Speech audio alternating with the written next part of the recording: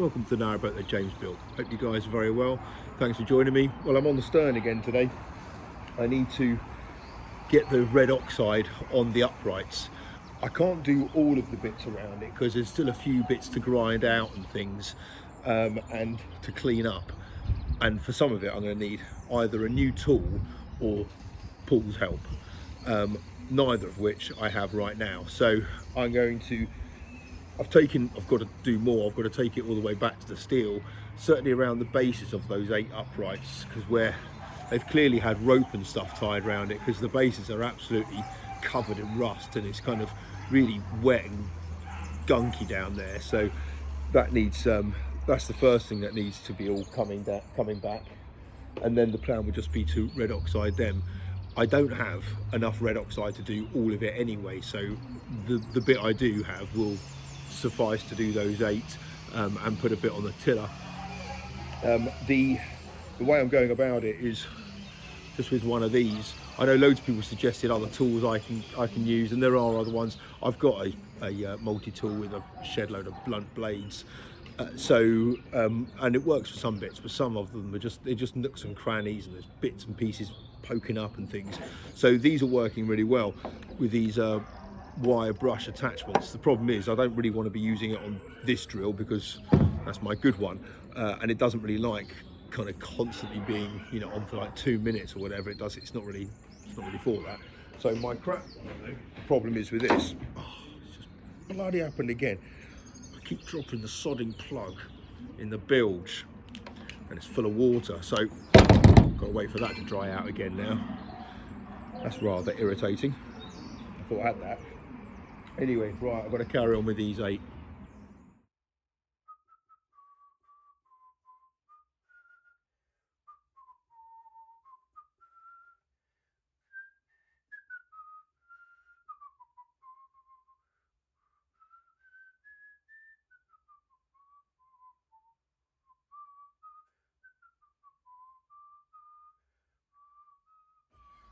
Right, I'm putting in the nav lights for the at the bow here.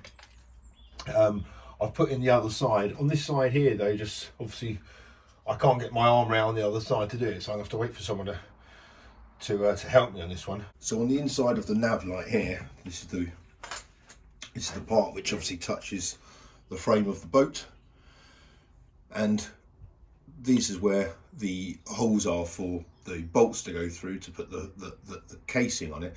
But I just want to put a bead of Pure Flex all the way around the inside here, so when I put it onto the wall, onto the side of the boat, it's got a nice tight seal on it.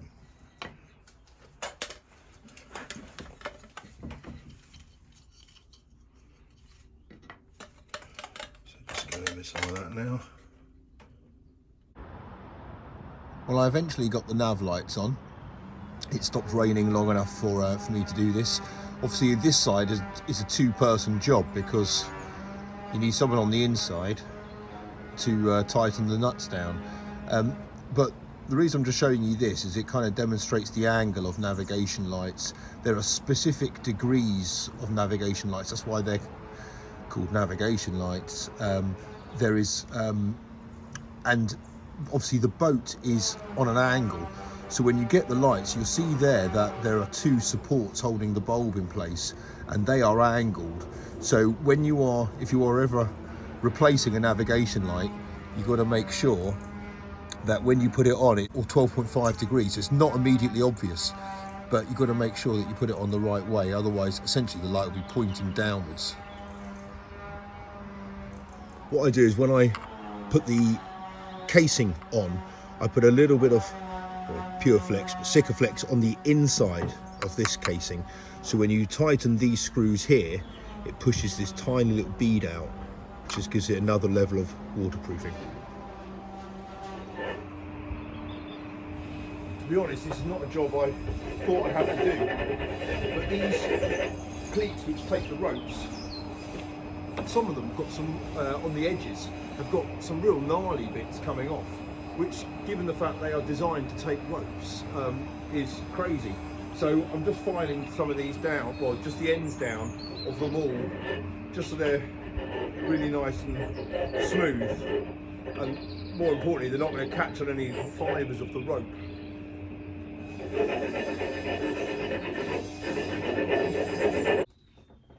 Postman's just been. I've got a note earlier saying there's some food on its way.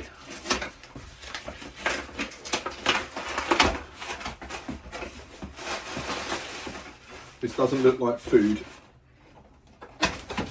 Oh, right, there's a note. Hi James, hopefully this will help with any paint stripping and the heat shrink work. Save on using a lighter. Enjoy the vlogs. That's from Will. Mate, thank you. Right. Oh, more hot gloves. Excellent. Oh, those are really good. As I said, I think I'll probably go through quite a lot of those. Oh, a Wagner heat gun. Excellent. Oh, that is fantastic. Thank you really so much. That is going to make a huge difference. Yeah, stripping the paint certainly, but yeah, the doing the stuff with a lighter is really not very well. Obviously, there's a really good reason why electricians don't do it. It's the heat shrink. It's really tough with a lighter. It's really hard on your thumbs as well, and I've burnt myself loads of times using a candle. And obviously you can't use either of those near the ceiling because then you leave marks. So I was curious as to what I was going to be able to do around the ceiling. So because obviously it's white, so that is absolutely brilliant. Will, thank you really so much. That is that's amazing. That really came in handy. Thank you. Right, well, I'm finally here. I'm not doing all of it. I'm only doing a fifth of a tin's worth, which I reckon might be these uprights and these things now, but that's the plan, is to get this stuff on and start making it look all one colour,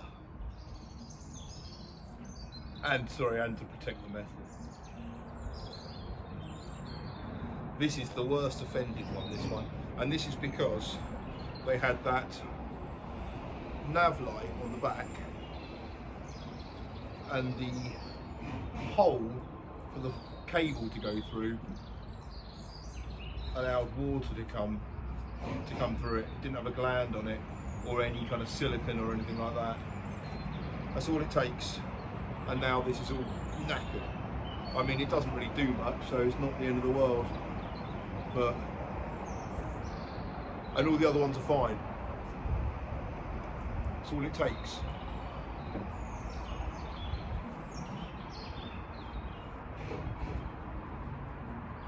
So I've taken all this back now. Well, I say all of it, just a little bit to round the actual uprights. And the reason for that is because there's still some other things on here which I'm not 100% sure whether I want, or need to fix or make better.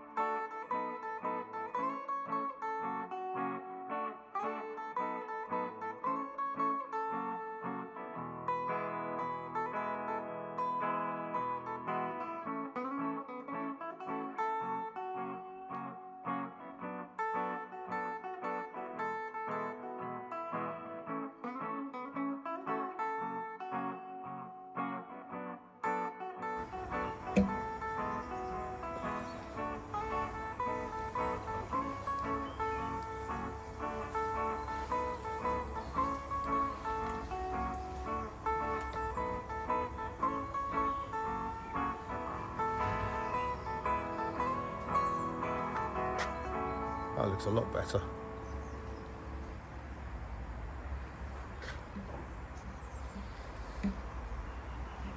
Good stuff. Getting there. Well, I managed to get in the nav lights today, so that's good. They're obviously not wired in yet. I'll show you how I do that. but they're on the side of the boat. They're both on the right side. Sorry, obviously not both on the right side of the boat. They are, okay, let's start again. I've got the red one on the port side and the green one on the starboard side. So I think that's the right sides anyway. You can't say right and left on the boat. Right, okay. There we go. These gloves, I've got the fire lit here. The gloves that Will sent me earlier, when I said I'd go through lots of sets of heat gloves, I think I was basing that on the one that came with the stove. These ones, firstly, there are two, which is great. Secondly, they're the right size for me, which is also really useful. But these ones are something else. They really are. I mean, well, I'm not going to demonstrate. It's basically a big fat glove.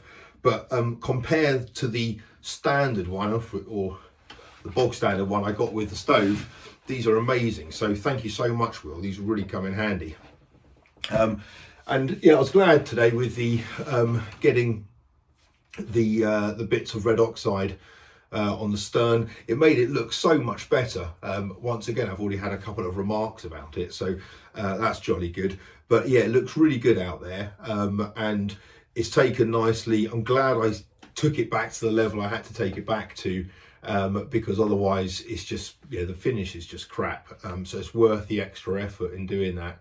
And it's, you know, as I said, there's loads of different ways of getting that stuff out of there, but as you kind of saw at the end there is so many little nooks and bits and pieces. It's just hard to get one specific tool in there. Essentially you just need a whole load of things. Once again though, the best thing was the scraper by a country mile. So you know, you can spend a fortune on all these brilliant fancy tools, this and the other, but the scraper is just great. Although I haven't put the heat gun to the test, so that is something. And talking about deliveries, I've got one here. This one, I think I know what it is. So let's have a look. This one, yeah, it's already come loose. I open it in the office just to check who it's for. Yes, right. Okay, a heat-powered stove fan. I know this is from James. There's a note in here. I'll read that. This is from 10 Car. I think I pronounced that right. If I haven't, well, if I haven't, then correct me. And if anyone hasn't seen these before, I will hopefully be able to demonstrate it straight away. Right, another thermometer that can go higher up. I don't need one for the stainless steel. Obviously you can't stick a magnet on stainless steel, but it is stone cold. It's as cold as the glass. I kid you not. Absolutely amazing. Anyway, back to the fan. Right. This is it. It's pretty basic. It's made of two different types of metal. I'm not even going to pretend I know which ones they are, but the idea is once heat touches that surface, the metals do something and it starts to spin, and it should start to spin and blow air around the boat once it gets up to heat. So still a little bit cold. It's getting warmer. It's getting warmer.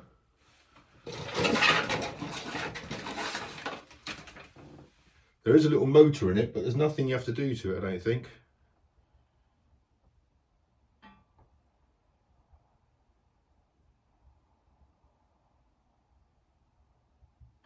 Yeah, an element made of two metals in the foot of the fan ensures that when the maximum operating temperature is reached, the edge rises slightly, thus reducing contact with the surface.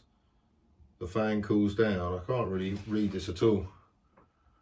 Place the fan on the smooth, flat surface of the stove in the rear area. The hotter the stove, the more the air can be distributed. Oh, here we go. Look, it's starting to turn. There we go.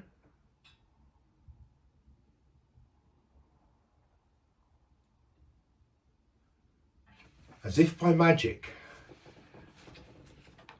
I mean, stove fans are just the absolute best.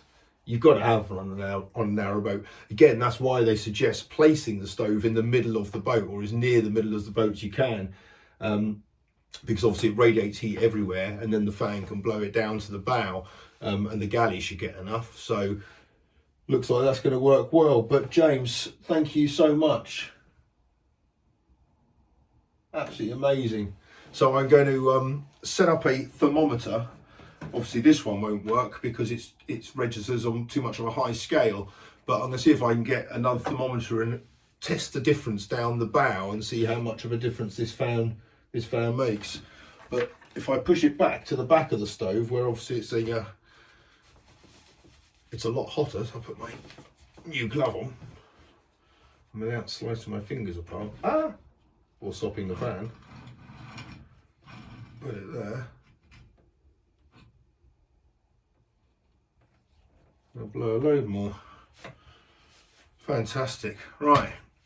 So the plan over the next couple of days, I'll be frank with you, I might have a little bit of downtime, certainly if it's going to snow. There's still a few things to obviously be discussing and going through. I need to make a comms mast, a telecoms mast, so that's a bit of a job. So I need to do that. I need to do the tunnel lights, and yeah, other bits and pieces, and electrics as well. I really want to show how electrics are done, kind of before they're all put in, so you can see it all laid out. Anyway, that's the plan. So until next time, hope you guys are very well. Oh, it's nice and warm now. Take care. Bye bye.